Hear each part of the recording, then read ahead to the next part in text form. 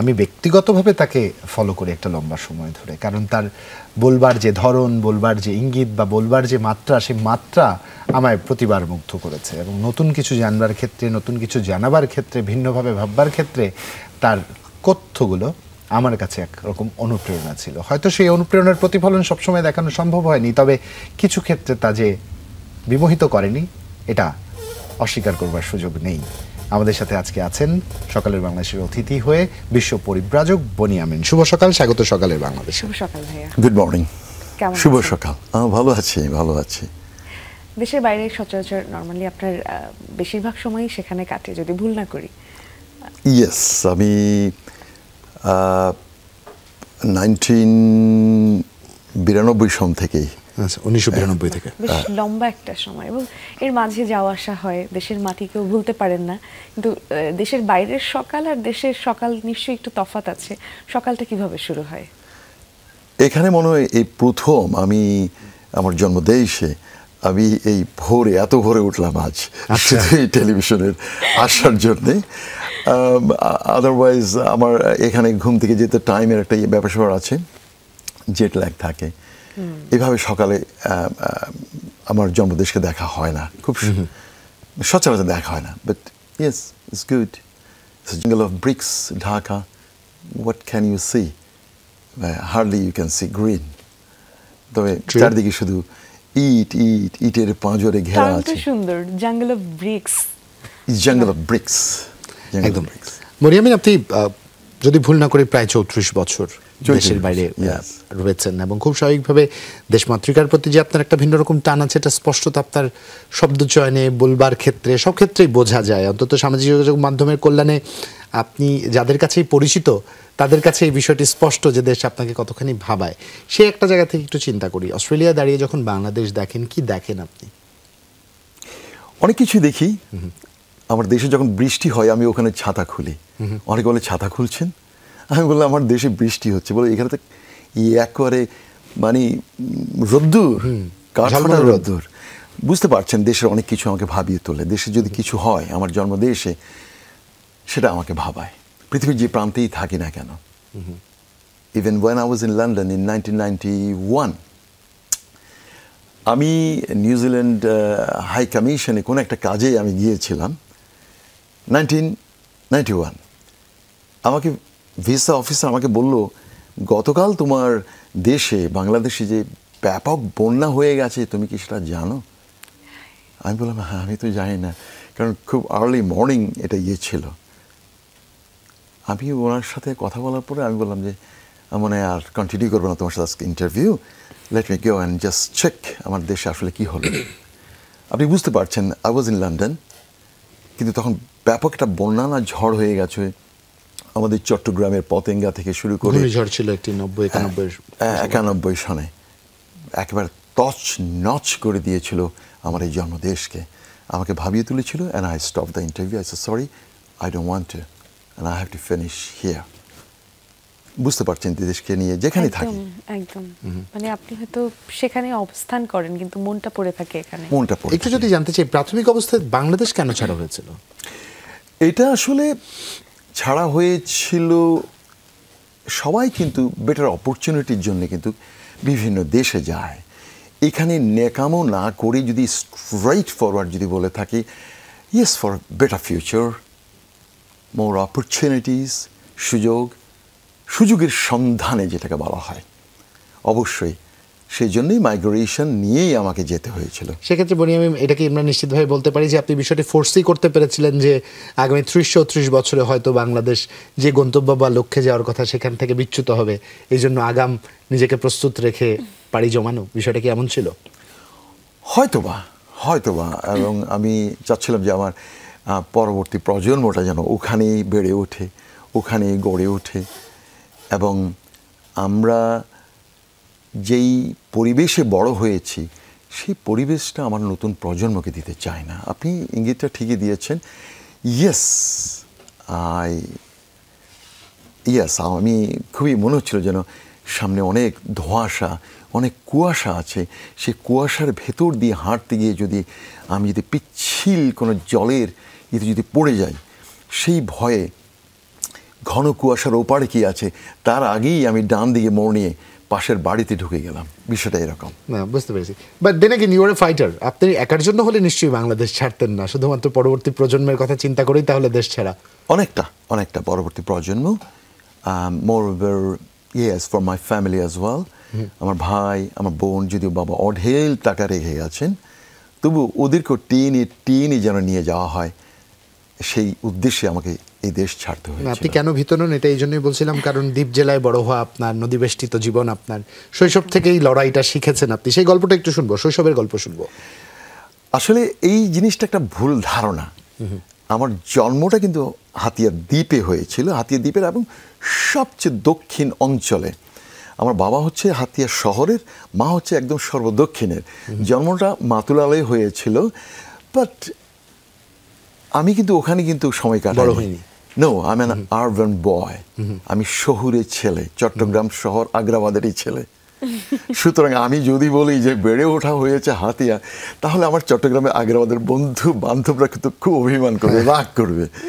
তো জন্মটা হাতিয়াতে হয়েছে, প্লাস আমার জীবনের 5টি বছর অবিচ্ছেদ্য, inseparably I passed in Hatiya from 1971 to 1976.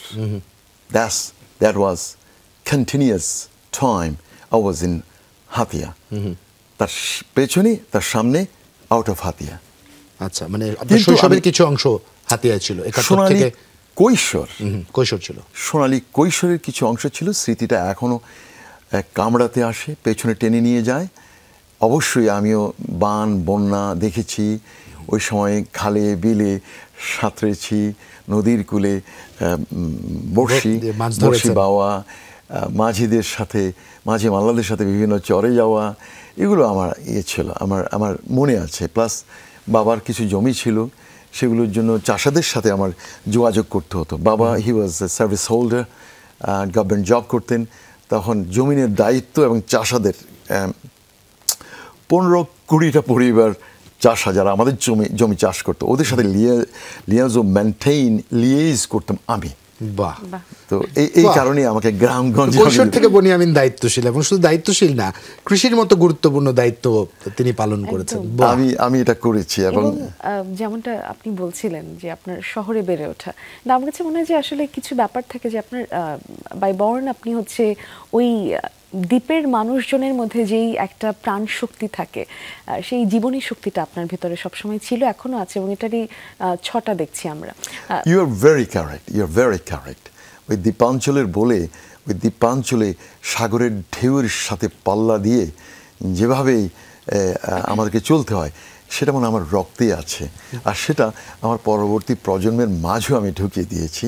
আমার সন্তান, মাই সান উপল আমিন, তাকেও সেটা ইনজেক্ট করে দেওয়া হয়েছে। ইউ রিমেম্বার ইউর অরিজিন, ঠিক এই জায়গাটা, হাতিয়া দ্বীপ।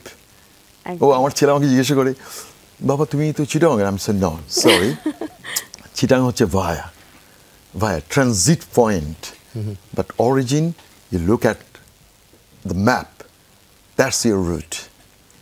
এবং ওর আচরণও বুঝি, ওর মাঝে হাতিয়ার সেই জিনিসটা প্রাণ সঞ্চালন, মোটামুটি জেনেটিক কোডিংটা আছে আর কি, কোনো পরিবর্তন হয়নি। হাওয়া বদল হয়েছে, দেশ বদল হয়েছে, কিন্তু মানুষ বদলায় না, মানুষ বদলায়। এই জন্য the credit must be shared equally with your better half as well. উনিও চমৎকার। Yes, thank you. এবং আমি অবশ্যই কৃতজ্ঞ, যদিও সেও আরেকটি বদ্বীপের আরেকটি অঞ্চলের অরিজিন হচ্ছে বরিশাল। বরিশালের মেয়ে তো বুঝেন, কিন্তু সেও কিন্তু জন্ম বেড়ে ওঠা কিন্তু চট্টগ্রাম। বাহ। But she is originally from Barisal. যখন আমি তার আচরণ বুঝি, দেখি যে বরিশালের মেয়েরা এরকম, আমি তখন তো সতর্ক হয়ে যাই, খুব সতর্ক থাকি, ওরে বাবা আমি একটা বরিশালের মেয়ের সাথে ঘর করছি। এটা একটা সতর্ক বার্তা হতে পারে কিনা, এটা আপনারা বিবেচনা করবেন। এটা একটা গিফট, বরিশালের মেয়েদের সাথে ঘর করতে পারে, এটা একটা উপহার নিঃসন্দেহে। ঘর করতে পারার মধ্যে এটা ব্যতিক্রমী উপহার, তাই তো? তার মানে ডিফারেন্ট কিছু অবশ্যই। এটা নিজেরা ডিফারেন্ট করে ফেললে তো বিপদ। এবং এইজন্যই তো তার জীবন এত মানে সাফল্যমণ্ডিত, এত colourful. She is very dedicated. আমার স্ত্রী অসম্ভব ডেডিকেটেড একজন স্ত্রী। আমি কোনো ডিসক্রিমিনেশন করছি না, বরিশালের মেয়েরা মানে খুব বেশি ডেডিকেটেড থাকে তারা স্বামীর প্রতি। বনিয়ামিন, আমরা বুঝতে পারছি আপনার বাড়ি ফিরতে হবে, আমি আন্ডারস্ট্যান্ড এই বিষয়টা। আমরা আর বিস্তারিত লাইভে গেলাম, আমরা তার শৈশবের গল্পে ছিলাম, সেখানটা একটু মানে শৈশব থেকে একটু কৈশোরে বা আপনার শিক্ষা জীবনে যদি আসে, আপনার কলেজ বিশ্ববিদ্যালয় চট্টগ্রামে, এবং সেখানে আপনি নিজেকে আপনার জীবনী নিয়ে যতটুকু জেনেছি, আপনি আপনার জীবনের প্রতিটা পরত নিজের মতন করে ভেবেছেন, দেখেছেন এবং সেটা প্রকাশও করেছেন নিজের ভাষায়। সেখানে কখনো জীবনের গল্প চলে এসেছে, কখনো আপনার প্রেমের সম্পর্কটাও আপনি খুব সুন্দর করে উপস্থাপন করেছেন। আমাদের যে ভাবি আছেন, ওনার সাথে দেখাও কি সেখানে হয়েছিল আপনার শিক্ষা জীবন এবং এই সুন্দর সুন্দর কিছু মুহূর্ত? দারুণ দারুণ একটা জিনিস হচ্ছে যে আমি আমার স্ত্রীর সাথে কিন্তু একটা টেলিফোন ক্রস কানেকশনের মাধ্যমে তার সাথে আমার পরিচয় হয়। And I was amazed, তার যে ভয়েসটা আমাকে, তার যে সুদিং যে voice, that has actually shook me a lot.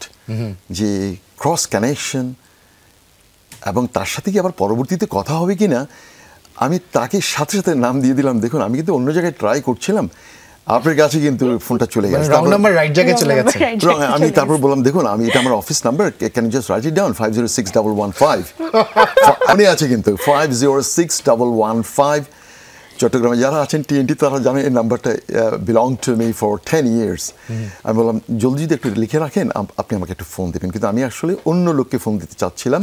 এবং সে বলছিল সরি, সে কিন্তু স্ট্যান্ডার্ড চার্টার্ড ব্যাংকে চাকরি করতো Chittagong. And she was trying to call Dhaka, and I was trying to call someone in Chittagong, and then cross connection. এবং সে কিন্তু খুব intelligent, সে আমার নাম্বারটা টুকে ফেলে। আপনার বেলাবুশকে পেয়ে গেলেন। কি আফসোস, এখনকার সময় আর ক্রস কানেকশন এভাবে হয় না, সবকিছু ডিজিটাল হয়ে যাওয়া, তো এখন আর কোনো সুযোগই নেই। আপনারা যারা এই আশায় আছেন যে এক জায়গায় ফোন করতে যে আরেক জায়গায় পৌঁছে যাবে, এটা হয় না, কপাল লাগে এরকম হতে আর কি। শিক্ষা জীবন নিয়ে আপনার সুন্দর সুন্দর কিছু মুহূর্ত আমরা জানছিলাম, এবং আপনার যেই জায়গাটা এসে আমরা আসলে যে গল্পটা শুনছিলাম, আপনার যেখানে প্রেম পরিণয়ের গল্পের শুরুটা শুনছিলাম, সেখান থেকে এখন একটু জানতে চাচ্ছি যে বিশ্ববিদ্যালয়ে অনেক বন্ধু ছিল নিশ্চয়ই, হঠাৎ করে দেশ থেকে চলে গেলেন, এবং তারপর নিশ্চয়ই একটা ভাটা পড়েছে বন্ধুত্বের মধ্যে এবং বন্ধুদের সাথে যোগাযোগে। এখন যখন ফিরে আসেন, তখন তাদের সাথে আয়োজন করে দেখাটা হয় কিনা, বা হরহামেশা দেখা হওয়ার কোনো সুযোগ থাকে কিনা? এটা হয় না আসলে। যতজনই যত কথাই বলুক, আবেগের আটা যখন চলে যায়, বেগ যখন চলতে থাকে না, বেগ, তখন পেছনের অনেক কিছু কি হয়তো একত্রিত করা যায় না। হ্যাঁ, তো তারপরেও মাঝে মাঝে আমি পৃথিবীর যে কোনো দেশে যাওয়ার আগে আমাদের অনেক বন্ধুবান্ধবরা বিভিন্ন দেশে, শুধু কি আমি একাই আছি, অনেকে চলে গেছে বিভিন্ন দেশে। আমি যখন suppose I am going to Switzerland, তো আমি জেনেভাতে কেউ আছে কি না দেখি, ও আমার একটা পুরনো বন্ধু হয়তো আছে, তার সাথে কানেক্ট করতে চেষ্টা করি। বা নিউ ইয়র্কে আমি এই যে দেশ স্বাধীন হওয়ার পরে, মানে 5ই আগস্টের পর আমি 5ই আগস্টে দেশ যখন স্বাধীন হয় তখন আমি সেখানেই ছিলাম নিউ ইয়র্কে। তখন আমার 2-4 জন বন্ধুবান্ধব তারা শুনেছে যে আমি এইখানে, এবং তারা আমাকে মেসেজ করছে, তাদের সাথে একত্রিত হয়েছি, জ্যাকসন হাইটসে কথা বলেছি, কিছু আবেগের কথা এসেছে, কানাডাতেও, বাংলাদেশও আছে। যেমন আজকে সকালে কিন্তু তাদের সাথে কিন্তু আমার রমনা পার্কে আবার হাঁটার কথা ছিল, কিন্তু আমি পারিনি। কি জন্য? Because I am committed to you. তো এইভাবে কিন্তু ওভাবে আর হয় না। যেদিন চলে যায় সেদিনকে আর ফিরে পেতে চেষ্টা করা উচিত না। গুরুত্বপূর্ণ, গন ইজ গন। এটা একটা আমার দর্শকদের একটু আলাদা করে বলতে চাই। আমাদের আজকের অতিথি বনিয়ামিন বললেন যে যেদিন চলে যায় তাকে ফিরে পাওয়ার চেষ্টা করা থেকে বিরত থাকা উচিত। সত্যি প্রত্যেকটা দিন তার নিজ মহিমা, নিজ গুরুত্ব, নিজ আবেদন নিয়ে আমাদের কাছে আসে। প্রত্যেকটা দিনকে একই রকমভাবে উদযাপনের সুযোগ থাকে না। প্রতিটা দিনের রং, গন্ধ, বর্ণ আলাদা, নিজের মতো করে অর্জনের পরিতৃপ্তি আলাদা। প্রত্যেকটা দিনকে নিজের মতো করে বাঁচা উচিত। অতীতের কোনো একটি ভালো দিন বারবার ধরে রাখার চেষ্টা করাটাই ভুল। বনিয়ামিন, এই পর্যন্ত যেহেতু পরিব্রাজক আমরা বলছিলাম, কতগুলো দেশ পরিভ্রমণ করার সুযোগ হয়েছে? এক্স্যাক্টলি, অনেকে কিন্তু বলে 82-র মধ্যে আমার জন্মদেশকে ঢুকিয়ে দেওয়া হচ্ছে। তাহলে আমি বলবো জন্মদেশকে ইনক্লুড করলে 82, আদারওয়াইজ 81 কান্ট্রিজ। কিছু কিছু দেশ আছে একেরও অধিক। আমি মনে করব বলবো যে অনেক, যেমন একটা দেশেই 33 বার যাওয়া হয়েছে, 33 times কোন to দেশ এটা? one country. আমার গাছোয়া দেশ, গাছোয়া আমার যে প্রতিবেশী ভারতে, ভারতে, ভারতে। আবার কিছু দেশ আছে 17 বার, 18 বার। It's like a flying flying flying.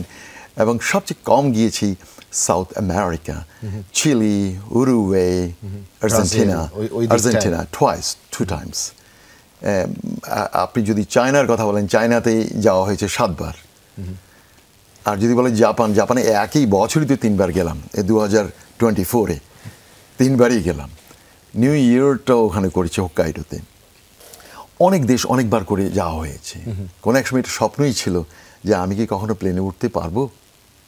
আমার বন্ধু বান্ধব যারা দূরে চলে গেছে, জার্মানিতে গেছে, বলতো আমি জার্মানিতে আছি। আমি তখন স্বপ্ন দেখতাম, আহা, ও তো অনার্স মাস্টার্স করেই চলে গেল ও পারে, আর আমি এখন এখানে পড়ে আছি, কখন জীবনটা আমার শুরু হবে।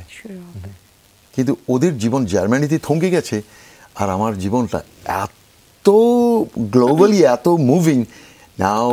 ওরাই এখন এটাকে বলে বন্ধু বৎসল ঈর্ষা। It's not jealous. It's like It's friendly jealous. It's a friendly jealous. You can afford to do this, I can now. Yes. So এই ধরনের ওরা মাঝে মাঝে বলে আর কি। তো আমি অনেকগুলো দেশ ঘুরেছি, অনেকবার করে ঘুরেছি। আমি যেই পথের বাঁকে যাই সে বাঁকটা আরও একবার দেখতে চেষ্টা করি। চমৎকার। আপনার কাছে এতগুলো দেশ পরিভ্রমণ করে নিজের কাছে নিজের দেশের মতো একদম তো সম্ভব না, একই রকম কাছাকাছি মনে হয়েছে কোন জায়গাটাকে? ক্যাম্পুচিয়া, যেটা আগে নাম ছিল ক্যাম্বোডিয়া,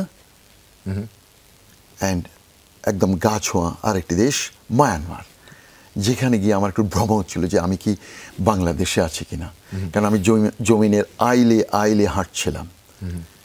এবং আরেকটা হচ্ছে ফিলিপাইনের মিন্দানাও, দক্ষিণে। তো এই 3টা দেশকে আমার মনে হয়েছিল যে আমি বাংলাদেশের ভেতরেই আছি। কালচারালি কিছু কি আমাদের সিমিলারিটি আছে তাদের সাথে? ফুড হ্যাবিটে আছে আমি জানি। Food habit, I don't know how do you define food. আমরাও ভাত খাই, ওরাও ভাত খায়, যাদের কথা বলেছি। ও আচ্ছা, সেই সেন্সে ঠিক আছে। আর ওরা থাইল্যান্ডের কিছু অংশ মফস্বলের দিকে একদম, তাদের ওখানেও খাওয়া দাওয়া কিন্তু আমাদের এখানকার ফুড হ্যাবিটটা একই রকম। আমার বাংলাদেশ বলে ভ্রম হয়েছিল বিশেষ করে ক্যাম্বোডিয়াকে বারবার মনে হচ্ছিল যে আমি কি বাংলাদেশে আছি নাকি। গাড়ি দিয়ে যখন গ্রামের ভিতরে ঘুরছিলাম এরকমভাবে প্যাঁচ মেরে যাচ্ছিল, আমি বললাম এটা কি বাংলাদেশ নাকি, এরকম হয়েছে। যখন পাশাপাশি যখন ছোটো ছোটো চোখ, চ্যাপটা নাক দেখছি, আমি নো ইটস নট বাংলাদেশ। ওই একটা জায়গায় আমরা ব্যতিক্রম, হ্যাঁ। এবং বাঙালি, বিশেষ করে বাঙালি নারীদের সৌন্দর্যের কথা যদি বলি, এটা আমার মনে হয় যে পারস্যের সেই সফেদ নারীদের সাথেও, তাদের সৌন্দর্যের সাথেও যদি আলাদা করে তুলনা করি, বাঙালি নারীদের একটা আলাদা বিশেষত্ব থাকেই। বনিয়ামিন ভাইয়ের বাড়ি ফিরতে হবে, এই ধরনের প্রশ্ন করা যাবে না, অন্য রাস্তায় হাঁটো। ঠিক আছে, এবার অন্য জায়গাতেই আসছি। আপনার ভ্রমণের জায়গাটা থেকে আর ছুটতে পারছি না কোনোভাবে। 81টা দেশ ভ্রমণ করেছেন। সম্প্রতি আপনার একটা মন্তব্য যদি বলি, যে আপনি বলেছেন যে ইসরায়েল পৃথিবীর সব থেকে নিরাপদ শহর। আমরা আমাদের বাস্তবতা থেকে বা আমাদের অবস্থান থেকে যেমনটা ভাবি, আপনার ভাবনায় সেটা ওখানে যাওয়ার পরে ব্যতিক্রম কিছু মনে হয়েছে, এবং এই ভাবনাটা কেন, এই মনে হওয়াটা কেন? এবং to be very honest, that's a very brave statement আপনি যেটা বলেছেন। ইসরায়েল কোনো শহর না। ইসরায়েল, আমি যেটা বলেছি, তেল আভিভ হচ্ছে ওদের প্রিভিয়াস ক্যাপিটাল। আমি যদি অফিসিয়ালি বলি ইয়েরুশালাইম, যেটাকে জেরুজালেম বলে, জেরুজালেম হচ্ছে ওদের এখনকার অফিসিয়াল ক্যাপিটাল। তো আমি ইসরায়েল দেশটাকে আমার নিরাপদ মনে হয়েছে। 3টি দেশকে, আমি শুধু ইসরায়েলকে বলবো না, আমি সেই দেশে গিয়ে মধ্যরাতেও যখন হাঁটি আমার কাছে মনে হয় যেন আমি আমার চারিধারে নিরাপদ বলয় একটা আছে। যেমন জাপান, সিঙ্গাপুর অ্যান্ড ইসরায়েল। আপনারা অনেকে হয়তো আমার ভিডিও দেখেছেন, রাত 12টা 1টাও আমি তেল আভিভের রাস্তা দিয়ে হাঁটছি কিন্তু, এবং সেখানকার জুইশ কমিউনিটির ছেলেদেরকে ওদের মাথায় চুল দিয়ে, ওদের মাথার যে খেপা বলে, খেপা আমরা বলি টুপি, ওরা বলে কিপাতে হাত দিয়ে কথা বলছি। একটা মেয়ে দৌড়ে এসে আমার সাথে কথা বলছে। That was 12:30 in the morning. আমি জানি যে আমার কিছুই হবে না, কিছুই হবে না। ঠিক একইভাবে জাপানেও, সিঙ্গাপুরে তো প্রশ্নই আসে না, সেখানেও তো zero crime, almost zero crime. ইসরায়েলও ক্রাইম লেসের কাছাকাছি, যদি আমরা জটিল বিষয় নিয়ে আলোচনা না করি, এবং ভেরি সেফ। এবং আপনারা যেটা মনে করেন যে এটা হচ্ছে ওই দিক থেকে এটা পড়ছে, ওই দিক থেকে ইট পড়ছে, এটা এক ধরনের ওদের প্রতি সহানুভূতি সৃষ্টির জন্যে, বিশ্বের করুণা বা সৃষ্টির জন্যে, দেখো দেখো আমার বাড়িতে ইট পড়ছে, দেখো দেখো আমার বাড়িতে ইট পড়ছে। No no, they are very smart. কিন্তু একটু জটিল আলোচনা আসলে এখানে চলে আসছে। মসজিদুল আকসাতে, আল আকসাতে, সেখানে প্রবেশের ক্ষেত্রে আপনি আপনার জায়গা থেকে কোনো ধরনের কঠোর নিরাপত্তা বা কোনো কিছু প্রতিবন্ধকতার কথা মূলত বলতে চাইছেন? একদমই না, এটা আমার ভিডিওতে আছে, কয়েকটা ভিডিওতে দেওয়া হয়েছে। ঢোকার সময় ওরা জিজ্ঞাসা করে, আর ইউ মুসলিম? ইয়েস, আমি মুসলিম। তারপর জিজ্ঞাসা করে, তুমি যদি মুসলমান হয়ে থাকো, ওয়ার আর ইউ ফ্রম? আমি বলি যে আমি Australia. Of course I don't say I am from Bangladesh, because বাংলাদেশের জন্য সেই দেশটা মানে নয় আর কি। বাংলাদেশ বললে আমাকে তখনই রুখে দিত, তুমি কোন দিক দিয়ে ঢুকেছো? You are not permitted to enter. Yes, তো সেই জন্য বলতে হয় I am from Australia. Australia বললে ওরা একটু থমকে যায়, উইথ রেসপেক্ট। আপনি একটা মানে ভয়ঙ্কর লোক দেখলে একটা থমকে যাবেন, আবার একটা যদি মনে করেন ফেরেশতাতুল্য কোনো লোককে দেখছেন, তখনও আপনি থমকে যাবেন। কী ধরনের থামাটা? ওরা একটু থমকে যায়, oh you from Australia? Australia, very nice country, very nice country. এরপরে জিজ্ঞেস করে, তুমি কি মুসলমান? হ্যাঁ, আমি মুসলমান। তোমার পাশে যিনি, Veronica, it sounds like a bit different name. Veronica Amin. আমি বললাম, আমিন তো actually it's not a Muslim name. Amin actually মুসলমান নাম না কিন্তু। No, never, never. Just like a Tariq Aziz, ইরাকের পররাষ্ট্রমন্ত্রী। তারেক আজিজ কি মুসলমান ছিল নাকি? তারেক নামটাও কিন্তু খ্রিস্টানদের নাম, আজিজ নামটাও খ্রিস্টানদের নাম। আপনি গুগলে সার্চ করলে দেখবেন তারেক আজিজ ওয়াজ এ Coptic Christian, sorry, Catholic Christian, Roman Catholic. মুসলমানদের সবচেয়ে একদম কনফার্মড নাম হচ্ছে Mohammad and Ahmed. If somebody is carrying Ahmed and Muhammad, he is sure to be Muslim. কোনো প্রশ্ন করা লাগবে না, উনি মুসলমান। কারো নাম যদি হয় আমিন, নো নো নো, আমিন নামটা হচ্ছে এটা বাইবলিক নেম, ইটস এ খ্রিস্টান নেম, আমিন। তো ওরা যখন দেখলো যে Veronica Amin, No, you cannot be Muslim. They're confused. আমার ওয়াইফকে জিজ্ঞেস করছে, তুমি মুসলিম? ইয়েস। তো আমার ওয়াইফের কিন্তু আবার 2-3টা সূরা কিন্তু একদম মুখস্থই। তো আমার হচ্ছে বনি আমিন। বনি আমিন নামটারও কিন্তু একই ব্যক্তি, 3 ধর্মের 3 ধরনের নাম। বিন্যামিন, মুসলমানরা বলে বিন্যামিন, খ্রিস্টানরা বলে বেঞ্জামিন, জুইশরা বলে বেনিয়ামিন, লাইক বেনিয়ামিন।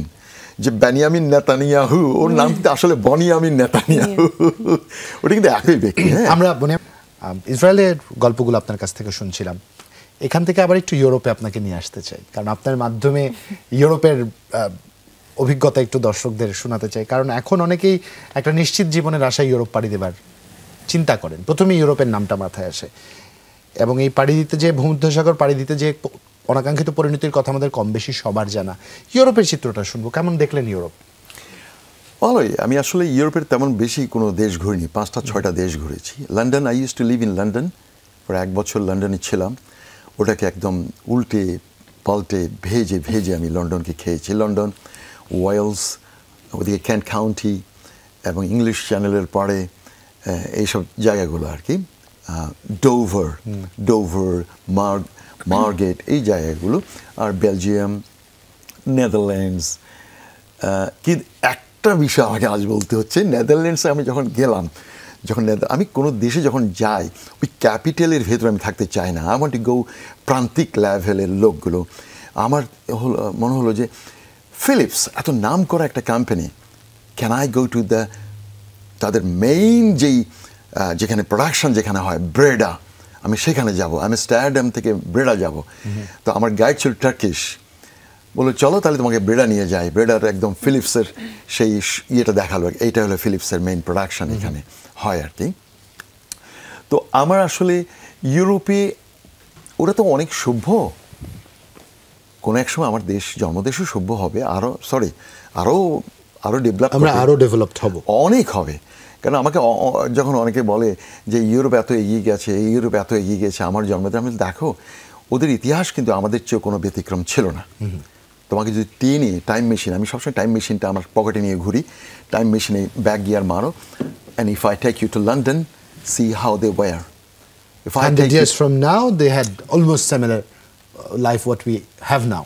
ইয়েস, আমার জন্মদেশ, এখানে যে পরিস্থিতি তুমি দেখছো, তোমাকে আরও পেছনে নিয়ে গেলে তুমি এইরকম দেখবে। So I have been to Switzerland, Netherlands, Belgium, Italy, ভালো লেগেছে।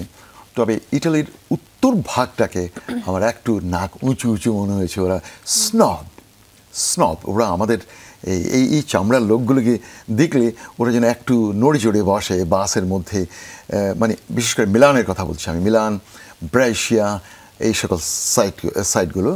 তো not very friendly, but when I take you to Sicily, down সাউথের দিকে যেখানে কৃষক, সেখানে মানুষরা আরও ফ্রেন্ডলি, ভালো। বাংলাদেশের লোকগুলো সম্ভবত সেই অঞ্চলেই এখন বিভিন্ন খামারে বা বিভিন্ন কাজে তারা জড়িত আছে। That's a very nice place. But if they go to north part of Italy, no, it's not very friendly. অনেকে হয়তো আমার সাথে একমত নাও হতে পারেন, বাট আমি মনে করবো তাই। আচ্ছা, একটু বনিয়ামিন ভাই এবার একটা ভিন্ন রকম প্রসঙ্গে যেতে চাই, একদম শেষ দিকে আছি আমরা, আলোচনার সময়টা পার হয়ে গেছে। You been very vocal about whatever you are doing. আপনি যেখানে যাচ্ছেন এই বিষয়টা যেমন জানান, রাষ্ট্রীয় যে সংকটগুলো যখনই দেখেছেন এই বিষয়গুলোর ব্যাপারেও স্পষ্ট ছিলেন। কখনো ভীতি বা কোনো কিছু কাজ করেনি যে যা বলছেন যেভাবে বলছেন? আমার এই ভয়টাই নেই, আমি বুঝি না এটা কি হাতিয়ার ব্যাকগ্রাউন্ড থাকার জন্য একটা প্রভাব পড়েছে কি, আমি কখনো কোনো ভয়ই পাই না। আমি এমন পৃথিবীর এমন সেন্সিটিভ স্থানেও ভিডিও করে চলে এসেছি, ভয়ই লাগেনি আমার। ধরলে হয়তো একটা পেছনে একটা পরিচিতি কাজ করে, হয়তো বেশি ঘাটাঘাটি করলে এই পরিচিতিটা ওর কাছে চলে আসলে, যেমন আমার হয়েছিল ফিলিপাইনের মিন্দানাওতে, এখন তা ওর কাছে চলে আসলে, যেমন আমার হয়েছিল ফিলিপাইনের মিন্দানাওতে, এখন জঙ্গলের ভিতরে যখন ভিডিও করছিলাম, অনেকে বলছে, আমার গার্জিয়ান বলছে তোমার এখানে ধরবে তোমাকে। আমি বললাম ধরুক না। ধরে তারা আমাকে হোটেল থেকে নিয়ে গিয়েছিল রাত 2টোর সময়, যে তুমি why did you go to that sensitive part Mindanao, যেখানে মরোরা আছে, তুমি এখানে ভিডিও শ্যুট করে এসেছো। যা হোক, অনেক কথাবার্তা হয়েছে। পরে 2-3 ঘন্টা পরে এখানকার সময় টাইম লাইনটা যখন একটু আকাশে সূর্য উঠলো, তখন ওরা কনফার্ম করলো যে he is that man. Oh sorry, thank you very much, free. ভয়টা কাজ করে না। ভয় তখনই কাজ করবে যদি আপনার মাথায় দুর্মতি থাকে, বুকের মধ্যে যদি কোনো রকম অন্যরকম দুষ্টামি যদি থাকে, তাহলে কিন্তু আপনার ভয় লাগবে যে আমি মনে এখান থেকে কিছু নিচ্ছি। বা অন্যের পকেটের দিকে যদি আপনি তাকিয়ে থাকেন, সেই লোক আপনার হার্টের দিকে তাকিয়ে আছে। হার্ট অ্যান্ড পকেট কিন্তু পাশাপাশি, আপনারা নিশ্চয়ই জানেন। পকেটও বাম দিকে থাকে, হার্টও কিন্তু বাম দিকে। আমি কিন্তু ওর পকেটের দিকে তাকাই না, পকেটের পেছনে যে হৃদয়টা আছে, আমি সেই হৃদয়ের দিকে তাকাই। আপনি যদি কোনো লোকের হৃদয়ের দিকে তাকান, কোনো সময় আপনি অ্যাফ্রেড হবেন না, পৃথিবীর যেখানে হোক। আপনারা দেখেছেন যে উত্তর কোরিয়া, নর্থ কোরিয়ার যে সেন্সিটিভ স্থান, যেখানে একদমই নিষিদ্ধ ভিডিও করা, ছবি তোলা, but that was only possible by Boniamin, and I did it because I go for heart to heart. এবং তারা জানে এই লোক এটা নিয়ে অন্য কোনো কাজ করবে না। It's a very plain and simple. I want to show them কাঁটাতারের বেড়া কাকে বলে। এবং পৃথিবীর সবচেয়ে ডেঞ্জারাস, সবচেয়ে বিপদজনক সেই বর্ডার, সবাই মনে করেন যে ভারতের সাথে আমাদের বর্ডারটা ডেঞ্জারাস। না চান্দু, নট দ্যাট। উত্তর কোরিয়া এবং দক্ষিণ Korea, yes, that's a very dangerous. Boniamin সেখানে হেঁটে অনেকগুলো ভিডিও করেছি, ধীরে ধীরে সেগুলো যাবে। এবং সুড়ঙ্গর ভেতরে একদম নর্থ কোরিয়া আমার থেকে 1 হাত দূরে, আমি তো সেখানেও ভিডিও করেছি। আমার দেখতে পাচ্ছে ওরা যে he is doing the video. শশা রিলিজ হবে আবার, আপনারা ইউটিউব সার্চ করলে পাবেন না, কিন্তু আমার এখানে হয়তো পাবেন, গ্লিমস পাবেন, 3 সেকেন্ড 4 সেকেন্ড পাবেন, not 15 minutes walking and talking. So এর কারণ হচ্ছে আমি আসলে খারাপ কিছু মাথায় নিয়ে ঘুরি না। আমি সবার কাছে একটাই আমার একটা মানে সাজেশন থাকবে, যদি আপনি হার্ট টু হার্ট যান, কাউকে ভয় পাওয়ার কথা না। এটা ভয় পাবেন না আপনি, আমি ভয় পাই না, because I am very clean, my inside is clean and I am vocal. এবং আপনি অনেকেই জিজ্ঞেস করে যে আপনি তার আগে আপনি সেই শেখ বঙ্গের সময় আপনি অনেক কথা বলেছিলেন, আপনি কোনো রকম থ্রেট পেয়েছেন? নো, কোনো থ্রেট পাইনি। আপনি কি আপনার ভয় লাগেনি? কখনোই না। আমার তো অনেক সম্পদ আছে এখানে, আমার বাড়ি আছে তো এখানে, একদম চিরং শহরের একেবারে বুকের মাঝখানে, সবাই জানে অস্ট্রেলিয়া হাউস, শান্তিবাগ, এটা বনিয়ামিনের বাড়ি। ওখানে তো কোনো ইট পড়েনি, কোনো কিছু পড়েনি। পড়লে হয়তো অন্য ব্যবস্থা হতো, অন্য দেশ থেকে অন্যভাবে ব্যবস্থা হতো। তারা হিসেব কষে দেখেছে যে না, এইখানে চলবে না, এটা করেনি, কিছু হয়নি। আমার ভাড়াটিয়ারও ভাড়া ঠিকমতো দিয়েছে। ভাড়া তো সাধারণত মেরে দেয় না, যে উনি তো আমাদের নেত্রীর বিপক্ষে কথা বলছেন, তাহলে চলো আমরা ভাড়া দেওয়া বন্ধ করে দেবো, এই 6-7 জন ভাড়াটিয়া। না, কেউ তো ভাড়া মারেনি। তো আমি এগুলো কেয়ার করি না। এবং যারা প্রতিপক্ষ ছিল তারাও বুঝতে পেরেছে যে লাভ হবে না বলে I talk from my heart. আমি আমার দিল থেকে কথা বলি। আমি বলি আমার এদেশের সংশোধনের প্রথম পদক্ষেপ হওয়া উচিত জাতীয় নির্বাচন, লোকাল কাউন্সিল নির্বাচন ফার্স্ট হতে হবে। চেয়ারম্যান, ইউনিয়ন এবং মেয়র নির্বাচনটা ফার্স্ট হতে হবে। দেন আমরা বট গাছ নিয়ে চিন্তা করব, পার্লামেন্ট মেম্বার। সংসদীয় নির্বাচন হবে পরে। বট বৃক্ষের ছায়ায় ছোট গাছ কখনো বেড়ে উঠতে পারে না। সে বট বৃক্ষকে উপড়ে ফেলে সাইডে নিয়ে যেতে হবে, ছোট ছোট শিশু গাছগুলিকে উঠতে দিতে হবে। ওরা গ্রিন, ওদের মধ্যে তখন সূর্যের আলো পাবে। এটাই হলো গণতন্ত্র। গণতন্ত্রের শেকড় হচ্ছে ফার্স্ট ইউ হ্যাভ টু মানে নিরপেক্ষভাবে এই ইউপি চেয়ারম্যান, মেয়র এগুলোকে আগে নির্ধারণ করতে হবে। বুঝতে পারছেন? চমৎকার। বনিয়ামিন ভাই, একদম শেষ পর্যায়ে দাঁড়িয়ে সময়ের অতিক্রমও করে ফেলেছি, কিন্তু আপনাকে অসংখ্য ধন্যবাদ এবং কৃতজ্ঞতা। সামাজিক যোগাযোগ মাধ্যমে যাকে দেখেছি সামনাসামনি কথা বলতে পারবার আনন্দ অন্যরকম হচ্ছে। আর দর্শক, ওনার পুরো আলাপচারিতা এতটুকুই শুধু আমার কাছে বোধ হয়েছে, জীবনকে উপভোগ করতে আমাদের শিখতে হবে। জীবনকে যদি উপভোগ করতে পারি, দেখবেন চারপাশটা কত সুন্দর, জীবনটাকে আরো অনেক বেশি সুন্দর মনে হচ্ছে। আজকের অতিথি যেমনটা করে বললেন, তার চোখ দিয়ে তিনি বিশ্বের 80 ঊর্ধ্ব দেশ দেখেছেন, তবে অভিজ্ঞতায় ঋদ্ধ হয়েছেন, অভিজ্ঞতায় পূর্ণ হয়েছেন। সে অভিজ্ঞতা নিশ্চয়ই তাকে আরো ব্যতিক্রমী মানুষ হিসাবে তৈরি করেছে। যাই হোক, আজকে এখানে বিদায় নিতে চাই আমরা। ভালো থাকবেন সবাই। এবং সেই সাথে বলতে চাই যে যখনই আপনি যে কাজই করুন না কেন, আপনার যে উদ্দেশ্যই থাকুক না কেন, আপনার উদ্দেশ্যে আপনি সৎ থাকলে আপনি কখনো পিছপা হবেন না ভয়ে, সবসময় সাহসের সামনে বলিয়ান হবেন। দর্শক, এখানেই শেষ করছি। শুভ সকাল। শুভ সকাল।